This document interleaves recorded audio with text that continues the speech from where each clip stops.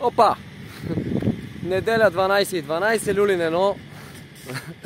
Гледката е потресаваща, зад мен имаше един паркинг. Сега преди че едно сме в някаква военна ситуация. Едно са ни бомбардирали. Да поговорим малко за идолите на българина, или те наречения тапир. След видеото за Киро Брейка получих много отзиви от хора, които са съгласни с мнението ми, много пък и негови защитници, което е напълно нормално.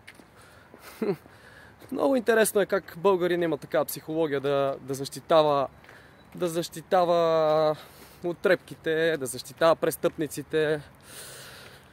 Не случайно голяма част от простолюдието, бих повторил, се радва на хора като там Висаджи, Сикаджи, Карамански, Жоро Илиевци и така нататък. Но това не е очудващо. Обикновеният човек си единственото, което иска, е материално благоденствие. Не му пука как е постигнато и те един вид завиждат на материалното благоденствие на тия хора и не преценяват, че то е постигнато на базата на чуждо страдание, убийства, рекети, наркотици и така нататък.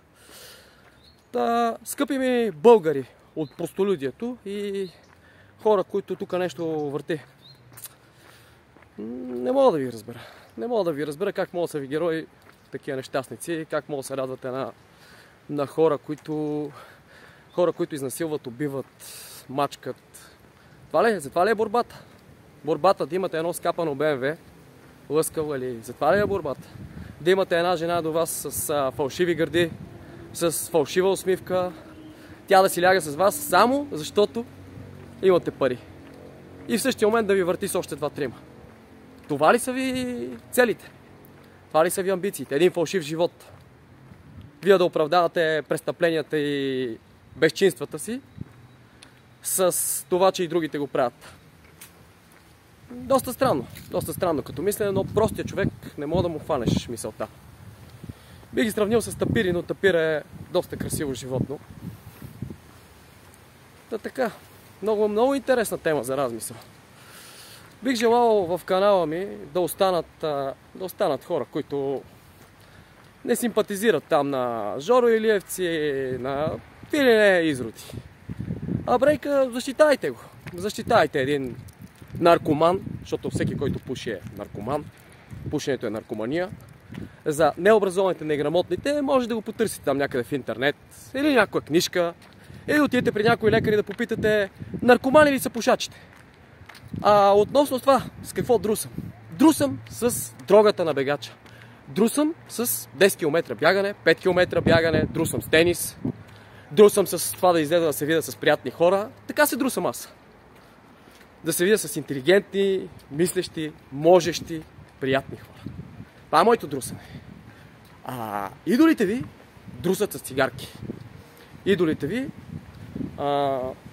пият, идолите ви нарушават законите, идолите плюят, както аз преди малко излезе, идолите ви плюят. Защото най-лесно е да плюеш тази държава. Най-лесно е да плюеш, че нищо не става в държавата, нищо не може да се оправи. Но докато едни хора плюят, други хора съвестно си вършат работата и се опитват да направят нещо повече. Уважавайте си буклуците там, които гледате. И не кажете, че обиждам. Думата за некачествен човек е буклук. Вместо да кажеш некачествен човек, буклук. Буклук, просто. Това е. Не обиждам никой. Просто за мен е човек, който е бил в незаконната дейност с години. Е буклук. Толкова. Бих желал интелигентни хора да останат в канала, хора, които се интересуват от спорт, хора, които са усмихнати, позитивни и така нататък. За всички вас останали. До свидания. Или напред. Не си мислете, че ще ви търпа.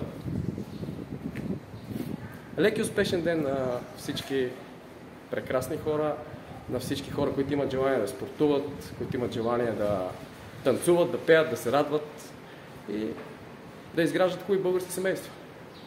На другите, гледайте си Киро Брейка, гледайте си там шибанистанове, гледайте си драми, сериали, политики, карайте се за ДПС, за БСП и правете там вашите си глупости. Чао!